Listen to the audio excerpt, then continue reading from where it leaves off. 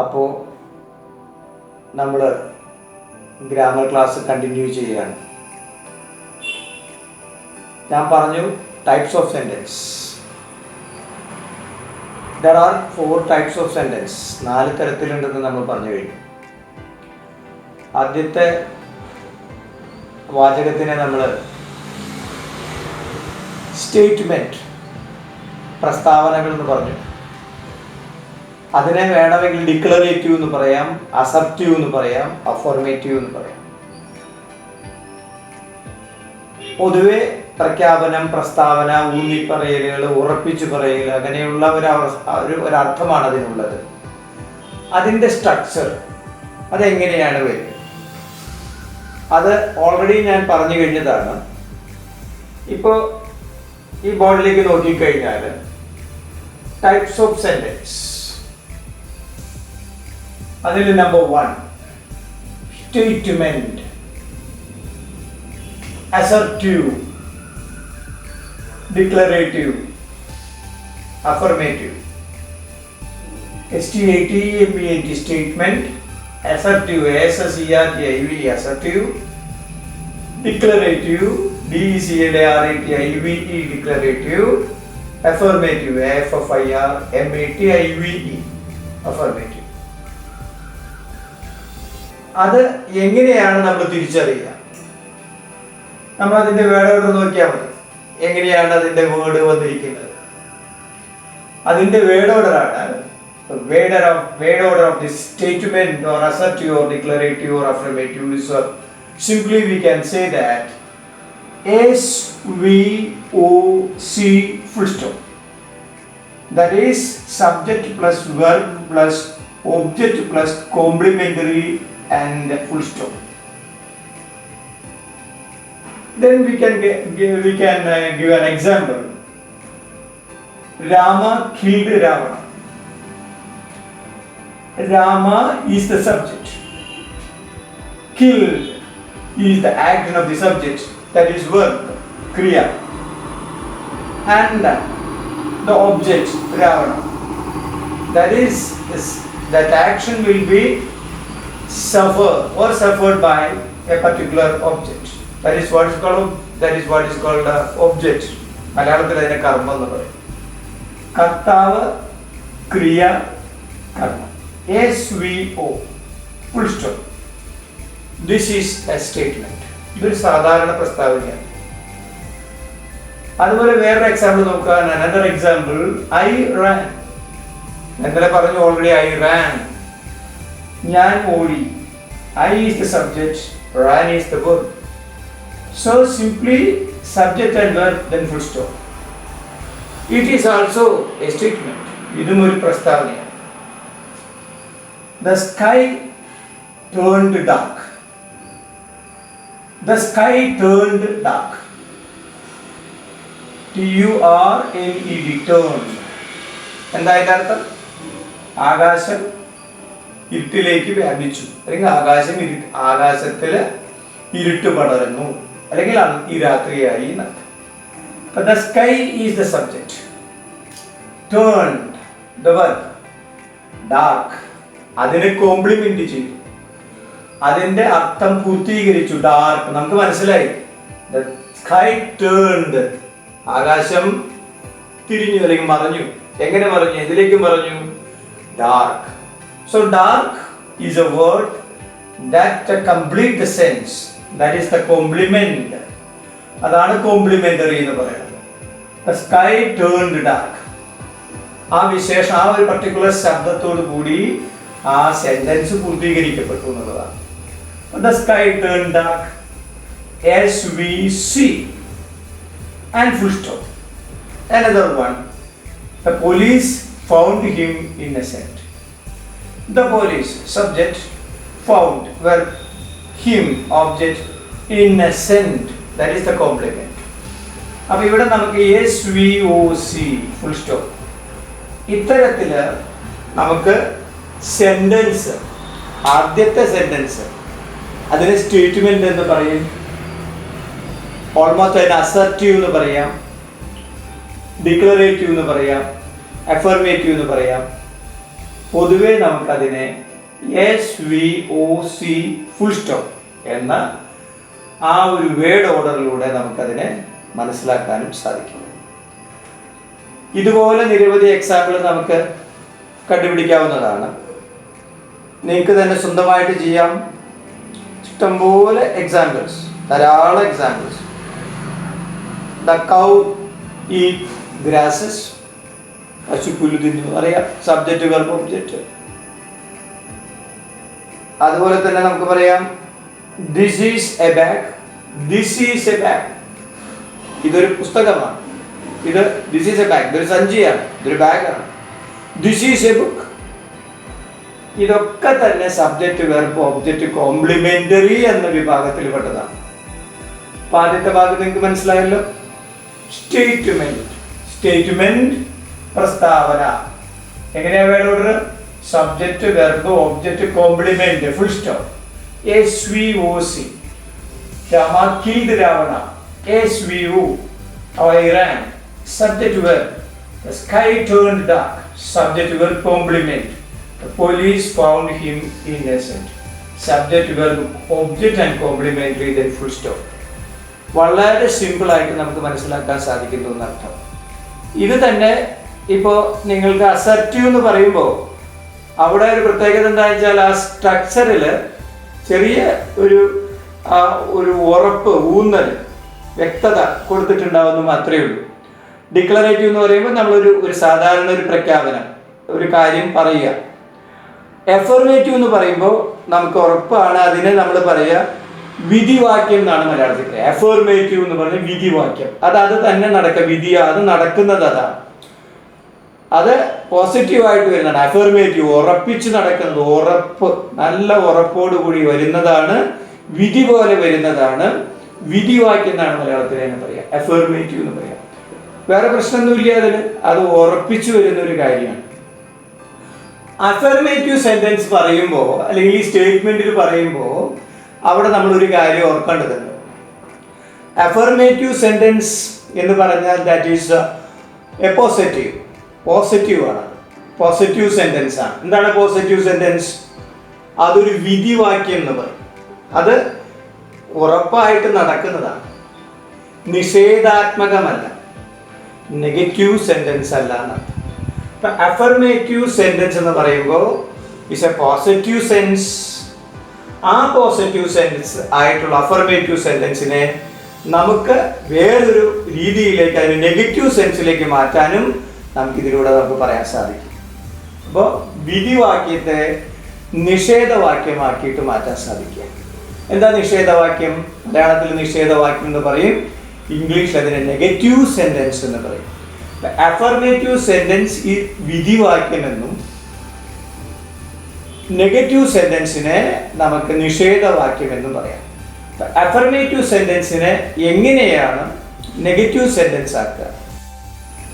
അപ്പോൾ negative sentence എന്ന് പറഞ്ഞാൽ നിഷേധവാക്യം, അതായത് നമ്മൾ വിപരീതമായിട്ട് പറയും, അത് നെഗറ്റീവ് ആയിട്ട് പറയും, ഇല്ല അല്ലെങ്കിൽ അല്ല എന്ന് പറയും.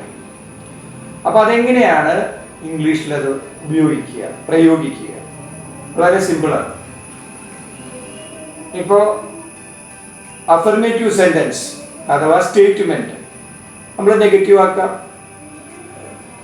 എക്സാമ്പിൾ, ദേ റൈറ്റ്. എന്താ അർത്ഥം? ദേ റൈറ്റ്, അവർ എഴുതി, അവർ എഴുതുന്നു. ദേ റൈറ്റ്, അവർ എഴുതുന്നു. അപ്പൊ നെഗറ്റീവ് ആക്കാം, അവർ എഴുതുന്നില്ല. They do not write, they do not write, they do not write. അടുത്ത നോക്കുക, ഷീ ക്യാൻ ഡാൻസ്. അവൾക്ക് ഡാൻസ് ചെയ്യാൻ കഴിയും. She cannot dance, cannot dance. അവൾക്ക് ഡാൻസ് ചെയ്യാൻ കഴിയില്ല. ഇതിനർത്ഥം നിഷേധമാണ്, നെഗറ്റീവാണ്. അപ്പൊ ഇവിടെ വളരെ വ്യക്തമായിട്ടൊരു കാര്യം നിങ്ങൾക്ക് മനസ്സിലായി. ചേഞ്ച് ഇൻ ടു നെഗറ്റീവ് എന്ന് പറയുമ്പോൾ പോസിറ്റീവ് ആയിട്ടുള്ള സെന്റൻസിനെ നെഗറ്റീവ് ആയിട്ടുള്ള സെന്റൻസ് ആക്കുമ്പോൾ ഇംഗ്ലീഷിൽ no, not, none, nothing, scarcely, hardly, rarely, എന്ന് തുടങ്ങിയ വാക്കുകളൊക്കെയാണ് നെഗറ്റീവ് ആയിട്ട് വരിക. ഇല്ല അല്ലെങ്കിൽ അല്ല എന്നുള്ളതാണ്. സാധാരണ സിമ്പിളായിട്ട് നമ്മൾ നെഗറ്റീവ് സെന്റൻസ് ആക്കുമ്പോൾ നോട്ടാണ് ചേർക്കുക. Not, NOT, not. ആ നോട്ട് എവിടെ വെച്ചിരിക്കണമെന്ന് നോക്കുക. നെഗറ്റീവ് സെന്റൻസിൽ നോട്ട് എന്നുള്ള ആ വാക്കിന്റെ പൊസിഷൻ നോക്കുക. ആ നോട്ട് ഇരിക്കുന്നത് ഹെൽപ്പിംഗ് വെർബിനും മെയിൻ വെർബിനും ഇടയിലാണ്. So not is placed in between helping verb and main verb, auxiliary and main verb. So they do not write. Do is the helping verb, not is the negative meaning, and write is the main verb. But they do not write. What a note evade veche note vekkunna position helping verbinum main verbinum idayil. So in between H and M, Hനും Mനും ഇടയിലാണ് not വയ്ക്കുക. അപ്പോൾ നമുക്കൊരു വളരെ clear ആയിട്ടൊരു കാര്യം നമുക്ക് മനസ്സിലായി. അപ്പോൾ സഹായക ക്രിയകൾ എന്താണെന്നുള്ളത് പിന്നീട് പറയാം. സഹായക ക്രിയകൾ നമ്മൾ ധാരാളം ഉണ്ട്. പ്രധാനപ്പെട്ട ക്രിയയെ ഡയറക്റ്റ് ചെയ്യുന്ന, അത് പ്രത്യേക രീതിയിൽ മീനിങ്സ് കിട്ടാൻ, യഥാർത്ഥ തരത്തിലുള്ള അർത്ഥം കിട്ടുന്നതിലേക്ക് പ്രധാനപ്പെട്ട ക്രിയയെ സഹായിക്കുന്ന പല വാക്കുകളുണ്ട്. അതാണ് ഹെൽപ്പിംഗ് വെർബ്, അത് ഓക്സിലറീസ്. ഓക്സിലറീസ് എന്ന് പറയുമ്പോൾ നമുക്കറിയാം is, am, are, was, were, has, have, shall, will, can, may, might, അങ്ങനെ നിരവധി നിരവധി നിരവധി ഹെൽപ്പിംഗ് വെർബ്സ് ഉണ്ട്. ഇനി സാധാരണ നമ്മൾ is, am, are, was, were, has, have, had ഇതൊക്കെ നമുക്ക് സെന്റൻസിൽ തരികയാണെങ്കിൽ നമുക്ക് എളുപ്പമാണ് അത് ഹെൽപ്പിംഗ് വെർബാണെന്ന് പറയാം. പക്ഷെ ചില സന്ദർഭത്തിൽ ഹെൽപ്പിംഗ് വെർബ് ഇല്ലാതെ നമുക്ക് സെന്റൻസ് തരും. ഹെൽപ്പിംഗ് വെർബ് ഇല്ലാതെ സെന്റൻസ് തരുന്നത് രണ്ട് സന്ദർഭത്തിലാണ്. ഒന്ന്, സിമ്പിൾ പ്രസന്റ് ടെൻസ് എന്ന് പറഞ്ഞൊരു ടെൻസ് ഉണ്ട്. സിമ്പിൾ പാസ്റ്റ് എന്ന് പറഞ്ഞ വേറൊരു ടെൻസ് ഉണ്ട്. സാമാന്യ വർത്തമാനകാലം എന്ന് പറഞ്ഞ ഒരു ടെൻസും സാമാന്യ ഭൂതകാലം എന്ന് പറഞ്ഞ വേറൊരു ടെൻസും ഉണ്ട്. അത് പിന്നീട് നമുക്ക് ടെൻസിനെ കുറിച്ച് പറയാം. ഇപ്പൊ ഞാൻ ആ ഹെൽപ്പിംഗ് വെർബിനെ കുറിച്ച് പറയുമ്പോൾ ഹെൽപ്പിംഗ് വെർബ് നേരിട്ട് പറയാതെ നമ്മൾ എഴുതുന്ന ഒരു കാലമാണ് സിമ്പിൾ പ്രസന്റും സിമ്പിൾ പാസ്റ്റും. അപ്പൊ സിമ്പിൾ പ്രസന്റും സിമ്പിൾ പാസ്റ്റും വരുന്ന സമയത്ത് ആ വാചകത്തിനെ നമ്മൾ നെഗറ്റീവ് ആക്കി മാറ്റണമെങ്കിൽ അവിടെ ഹെൽപ്പിംഗ് വെർബ് നമ്മൾ ഉണ്ടാക്കേണ്ടി വരും. ഇപ്പം ഹെൽപ്പിംഗ് വെർബ് ഉപയോഗിക്കേണ്ട പല സന്ദർഭങ്ങളുണ്ടായാലും ഒരു സന്ദർഭമാണ് നെഗറ്റീവ് സെന്റൻസ് ആക്കുമ്പോൾ ഹെൽപ്പിംഗ് വെർബ് വേണം. അപ്പോൾ സിമ്പിൾ പ്രസന്റും സിമ്പിൾ പാസ്റ്റും വരുമ്പോൾ അവിടെ ഹെൽപ്പിംഗ് വെർബ് നേരിട്ട് തന്നിട്ടുണ്ടാവില്ല. അതുകൊണ്ട് അവിടെ ഡു, ഡസ്, ഡിഡ് എന്ന് പറയുന്ന 3 വാക്കുകൾ നമുക്ക് അനുയോജ്യമായി ചേർത്താൽ നമുക്ക് നെഗറ്റീവ് സെന്റൻസിലേക്ക് മാറ്റാം. വളരെ സിമ്പിളാണ്. അപ്പൊ നമുക്കൊരു വെർബ് കിട്ടിയാൽ, ഒരു ക്രിയ കിട്ടിയാൽ അതിനെ നമുക്ക് സ്പ്ലിറ്റ് ചെയ്യാൻ. ഒരു ഉദാഹരണം നോക്കുക. ഇപ്പോ നമ്മൾ പറയുകയാണ് സ്പീക്ക്, SPEAK, സ്പീക്ക്. ഇത് വെർബാണ്, സംസാരിക്കുക എന്നുള്ളത്. ഈ സ്പീക്ക് എന്നുള്ള രൂപമാണ് ആ വെർബിന്റെ റൂട്ട്. അപ്പൊ ഏതൊരു വാക്കും വരുന്നതിന് റൂട്ട് ഉണ്ട്. റൂട്ട്, പേര്, ബീജമുണ്ട്. അതിനെ നമ്മൾ പറയുക ക്രിയാധാതു എന്നാണ് പറയുക മലയാളത്തിൽ. ഇംഗ്ലീഷിൽ അതിന്റെ റൂട്ട് ഫോം എന്ന് പറയും. അപ്പൊ വെർബിന്റെ റൂട്ട് ഫോം അഥവാ ക്രിയാധാതു രൂപം. അപ്പൊ സ്പീക്ക് എന്ന് പറയുന്നത് ആ വാക്കിന്റെ റൂട്ടാണ്, ആ ക്രിയയുടെ റൂട്ടാണ്. അപ്പൊ റൂട്ട് എങ്ങനെയാ കണ്ടുപിടിക്കുക? ഇംഗ്ലീഷിൽ വെർബിന്റെ റൂട്ട് അഥവാ ക്രിയാധാതു എന്ന് പറയുന്നത് ഡു, സ്പീക്ക്. അപ്പൊ സ്പീക്ക് എന്ന് പറയുന്ന വാക്കിന്റെ മുമ്പിൽ ആരുണ്ട്? ഡു എന്നുള്ള ഫോം ഉണ്ട്.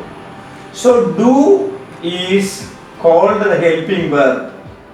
അപ്പൊ ഡു സ്പീക്ക് എന്ന് പറഞ്ഞാൽ സ്പീക്ക് എന്നർത്ഥം. അപ്പൊ സ്പീക്ക് എന്നുള്ള വാക്ക് SPEAK, സ്പീക്ക് എന്നർത്ഥം. അപ്പൊ ഇത് ശരിക്കും പറഞ്ഞാൽ ഡു സ്പീക്ക്, സ്പീക്ക് എന്നർത്ഥം. എന്ന് പറയുമ്പോൾ നമുക്ക് മനസ്സിലായി സ്പീക്ക് എന്നുള്ളത് ഡു എന്നുള്ള ഫോം ചേരുമ്പോഴാണ് സ്പീക്ക് എന്നുള്ള റൂട്ട് ഉണ്ടാകുന്നത്. Do is helping verb. ഇത് പ്ലൂറൽ ഇഫക്റ്റ് തരുന്നതാണ്. Do is given the verb as a plural effect. ബഹുവചന രൂപം തരുന്നതാണ്. Do speak, speak. അപ്പൊ ഇതിന് സിംഗുലർ ആയിട്ടുള്ള രൂപമുണ്ട്. സിംഗുലർ വെർബ് സിംഗുലർ ആവണം, സബ്ജക്ട് സിംഗുലർ ആവുമ്പോൾ വെർബ് സിംഗുലർ ആവണം.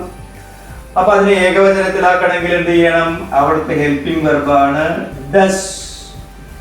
Does speak, speaks. Does speak, speaks. അപ്പൊ നമുക്ക് വളരെ ക്ലിയർ ആയി. ഡസ് എന്നുള്ളത് ഹെൽപ്പിംഗ് വെർബാണ്, അത് സിംഗുലർ ആണ്. അപ്പൊ ഡസ് സ്പീക്ക്, സ്പീക്സ്, ഇത് ഹെൽപ്പിംഗ് വെർബാണ്. ഇത് രണ്ട് ഫോം, ഡു ഓർ ഡസ് എന്നുള്ള ഫോമിൽ നമ്മൾ എഴുതുമ്പോഴാണ് സിമ്പിൾ പ്രസന്റ്, സാമാന്യമായിട്ടുള്ള കറണ്ട് സിറ്റുവേഷനെ പറയുന്ന വർത്തമാനകാലം എന്ന് പറയുന്നത്. അപ്പൊ വർത്തമാനകാലം എഴുതുമ്പോൾ ഡൂവും ഡസും എഴുതാറില്ല. പക്ഷെ നമ്മൾ പറയുമ്പോൾ ഡു ഡസ് ഫോം എന്നാണ് പറയുക. അപ്പൊ സ്പീക്ക് എന്ന് പറഞ്ഞാൽ നമുക്ക് മനസ്സിലാക്കണം, അതിന് മുമ്പിൽ ഡു ഉണ്ട്. Speak, does speak. Do speak എന്ന് പറയുമ്പോൾ നമുക്കറിയാം അതിന്റെ മുമ്പിൽ ഡു അല്ലെങ്കിൽ ഡസ് വെക്കാം നമുക്ക്. അപ്പൊ ഡു സ്പീക്ക് എന്ന് പറയുമ്പോൾ സ്പീക്ക്, ഡസ് സ്പീക്ക് എന്ന് പറയുമ്പോൾ സ്പീക്സ്. ഇനി ഇതിന് ഒരു ഭൂതകാല രൂപമുണ്ട്, പാസ്റ്റ് ടെൻസ്. അവിടെ വരുമ്പോൾ നമ്മൾ ഡിഡ് ഫോം ആയിരിക്കും. Did speak, did speak, spoke. Did speak ആണ് സ്പോക്ക്. അപ്പൊ did is the helping verb. Did ആണ് അവിടുത്തെ ഹെൽപ്പിംഗ് വെർബ്. അപ്പൊ ഈ രണ്ട് തരത്തിലുള്ള ടെൻസിലും നമ്മൾ സാധാരണ ആ വെർബിന്റെ ഫോം മാത്രമേ ഉപയോഗിക്കാറുള്ളൂ, ആ റൂട്ട് ഫോം. പക്ഷേ നമുക്ക് മനസ്സിലാക്കണം, അതിന് തൊട്ട് മുമ്പ് അതിന്റെ ഹെൽപ്പിംഗ് വെർബ് അഥവാ സഹായക്രിയകൾ നമ്മൾ ഉണ്ട് എന്ന് മനസ്സിലാക്കണം. അപ്പൊ നമുക്ക് ഏതൊരു വെർബിനെയും നമുക്ക് സ്പ്ലിറ്റ് ചെയ്യാൻ സാധിക്കും. അതായത് അതിനെ വേണമെങ്കിൽ രണ്ടാക്കി മാറ്റാൻ സാധിക്കും. വളരെ സിമ്പിൾ ആണ്. Do speak, speak. Does speak, speaks. Did speak, spoke. അതുപോലെ do go, go. Does go, goes. Did go, went. അപ്പൊ do take, take. Does take, takes. Did take, took. Do play, play. Does play, plays. Did play, played. Do write, write. Does write, writes. Did write, wrote. Do break, break. Does break, breaks. Did break, broke. Do buy, buy. Does buy, buys. Did buy, bought. Do bring, bring. Does bring, brings. Did bring, brought. വളരെ simple ആണ്. ഏതൊരു verb എടുത്താലും നമുക്ക് ഡൂവും ഡസും ഡിഡും വെച്ച് split ചെയ്യാം.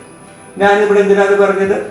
നമുക്ക് affirmative സെന്റൻസിനെയോ മറ്റേത് വാചകങ്ങളെയോ അത് നിഷേധവാക്യമാക്കി മാറ്റണമെങ്കിൽ നമുക്ക് എന്ത് വേണം? നിഷേധവാക്യത്തിൽ നോട്ട് എന്നുള്ള പദം വരണം. ആ നോട്ട് വെക്കുന്നത് ഹെൽപ്പിംഗ് വെർബിനും മെയിൻ വെർബിനും ഇടയിലാണ്, in between helping verb and main verb. So almost എല്ലാ തലത്തിലും ഹെൽപ്പിംഗ് വെർബ് ഉണ്ടാവും. രണ്ട് സ്ഥലത്ത് ഹെൽപ്പിംഗ് വെർബ് കാണില്ല, പക്ഷെ അവിടെ ഡു ഡസ് ഡിഡ് ഉണ്ടായിരിക്കും. അതനുസരിച്ച് നമ്മൾ ഡുവോ ഡസോ ഡിഡോ വെച്ചുകൊണ്ട് നെഗറ്റീവ് ഫോമിലേക്ക് മാറ്റണം. അതുകൊണ്ടാണ് ദേ റൈറ്റ്. അവിടെ ദേ എന്നുള്ളത് സബ്ജക്റ്റ്, റൈറ്റ് എന്നുള്ളത് വെർബ്. ആ റൈറ്റ് എന്നുള്ളത് റൂട്ട് ഫോമാണ്, കാരണം അതിന് മുമ്പിൽ ഡു ഫോം ഉണ്ട്, ഡു ഉണ്ട് അവിടെ. അപ്പൊ ഇത് സിമ്പിൾ പ്രസന്റ് ആണ്. അപ്പൊ ഡു റൈറ്റ് ആണ് ഇവിടെ ഉള്ളത്. അപ്പൊ റൈറ്റ് എന്ന് പറഞ്ഞാൽ ഡു റൈറ്റ് എന്നർത്ഥം. അപ്പൊ അവിടെ നെഗറ്റീവ് ഫോം ആക്കുമ്പോൾ ഡു എന്നുള്ള ഹെൽപ്പിംഗ് വെർബ്, പിന്നെ നോട്ട്, പിന്നെ write. Do not write. So we can change it into negative. ഇതാണ് നമ്മൾ നെഗറ്റീവ് സെന്റൻസിലേക്ക് എങ്ങനെ മാറ്റും എന്ന് ചോദിച്ചാൽ നമുക്ക് പറയാൻ സാധിക്കുക. എന്നാൽ രണ്ടാമത്തെ സെന്റൻസ് നോക്കുക. She can dance. അവിടെ നമ്മൾ ഹെൽപ്പിംഗ് വെർബ് അന്വേഷിച്ച് പോകേണ്ട ആവശ്യമില്ല. ഓൾറെഡി ക്യാൻ ഈസ് ദ കഴിയുക എന്നർത്ഥം. Can is a helping verb, dance is the main verb. So can dance. അപ്പോൾ ക്യാൻ ഹെൽപ്പിംഗ് വെർബാണ്. Simply change it into cannot dance. Can not dance. അപ്പോൾ can helping verb already is there. അതുകൊണ്ട് നമുക്ക് helping വെർബിനെ അന്വേഷിച്ച് പോകേണ്ട ആവശ്യമില്ല. So ഒരു affirmative അഥവാ വിധിവാക്യത്തിനെ ഒരു നെഗറ്റീവ് സെന്റൻസ് അഥവാ നിഷേധവാക്യമാക്കി മാറ്റാൻ എന്ത് ചെയ്യണം? നോട്ട് ചേർക്കണം. ആ നോട്ട് എവിടെ ചേർക്കണം? Between helping verb and main verb. വളരെ ക്ലിയർ അല്ലേ? ഇതാണ് നമ്മൾ ഈ ഫസ്റ്റ് സ്റ്റേറ്റ്മെന്റിലൂടെ നമ്മൾ പഠിക്കാൻ സാധിക്കുക. ഓക്കെ, ടൈപ്സ് ഓഫ് സെന്റൻസിൽ രണ്ടാമതായിട്ട് നമ്മൾ പറയാൻ പോകുന്നത് ഇമ്പറേറ്റീവ് സെന്റൻസ് ആണ്. നമുക്കറിയാം, ഓർഡർ, റിക്വസ്റ്റ്, കമാൻഡ്, ബെഗിങ്, അങ്ങനെ യാചിക്കുക അല്ലെങ്കിൽ നമ്മൾ ആജ്ഞാപിക്കുക, അഭ്യർത്ഥിക്കുക, ഇത്തരത്തിലുള്ള ഒരു സെൻസ് നമുക്ക് വരണമെങ്കിലാണ് നമ്മൾ ഇമ്പറേറ്റീവ് സെന്റൻസ് ഉപയോഗിക്കുക. ഇമ്പറേറ്റീവ് സെന്റൻസിന്റെ വേർഡ് ഓർഡർ നമ്മൾ ഓൾറെഡി ക്ലിയർഡ് ആണ്, നമ്മൾ പറഞ്ഞതാണ്. എങ്കിലും ഞാൻ പറയുകയാണ്, word order verb plus object full stop, VO then full stop. അപ്പോൾ നമ്മൾ ഓൾറെഡി ക്ലിയർഡ് ആണ്. സബ്ജക്റ്റ് അവിടെ ഇല്ലേ? ഉണ്ട്. Subject is implied. സബ്ജക്റ്റ് എഴുതാൻ വേണമെങ്കിൽ എഴുതാതിരിക്കാം. You, subject is implied, that is you. You അവിടെ ഉണ്ട്, പക്ഷെ എഴുതണമെന്നില്ല. അതാണ് ഇമ്പറേറ്റീവ് സെന്റൻസ്. സോ നമുക്ക് വളരെ ക്ലിയർ ആണ്. എക്സാമ്പിൾ, ടേക്ക് ഇറ്റ്, അതെടുക്കൂ, അത് ഓർഡർ ആണ്. Take it. Feed the dogs, ആ പട്ടിക്ക് തീറ്റ കൊടുക്കണം. ഓപ്പൺ ദ ഡോർ, വാതിൽ തുറക്കൂ. ടെൽ ദ ട്രൂത്ത്, സത്യം പറയണം. ഇത്തരത്തിൽ നിങ്ങൾ നോക്കുക. Take it verb object full stop. Feed the dogs, feed verb the dogs object.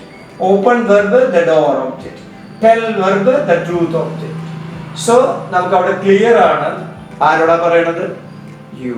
So you അവിടെ എന്താണ്? ഓൾറെഡി എഴുതിയിട്ടില്ല, ദാറ്റ് ഈസ് ഇംപ്ലൈഡ്. നമുക്ക് എഴുതിയാലും ഇല്ലെങ്കിലും നമുക്കറിയാം യു, നീ അല്ലെങ്കിൽ നിങ്ങളാണ് നമ്മൾ പറയുന്ന കർത്താവ് അല്ലെങ്കിൽ സബ്ജക്റ്റ്, അവരോടാണ് നമ്മൾ പറയുക.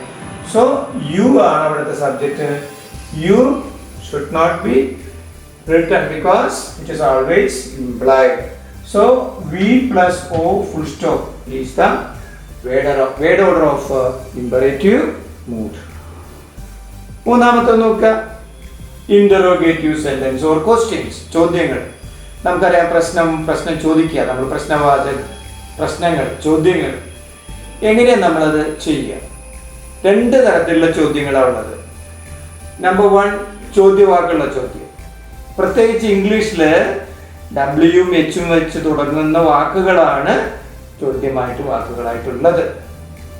ഉദാഹരണം നമുക്കറിയാം, വാട്ട്, വെൻ, വേർ, വൈ. അതുപോലെ വിച്ച്, ദെൻ H വെച്ചിട്ടുള്ള how many, how long, how far. അപ്പോൾ Wയും Hഉം വെച്ചിട്ടുള്ള വാക്കുകളിലൂടെയാണ് ചോദ്യവാക്കുള്ളത്.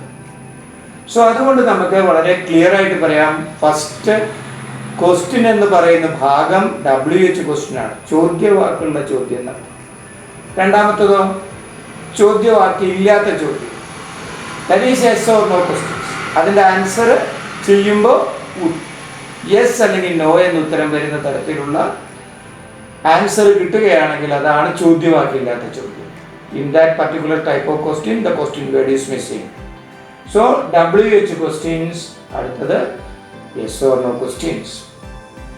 അതിൻ്റെ വേർഡ് ഓർഡർ നോക്കുക. എന്തായിരിക്കും അതിൻ്റെ വേർഡ് ഓർഡർ?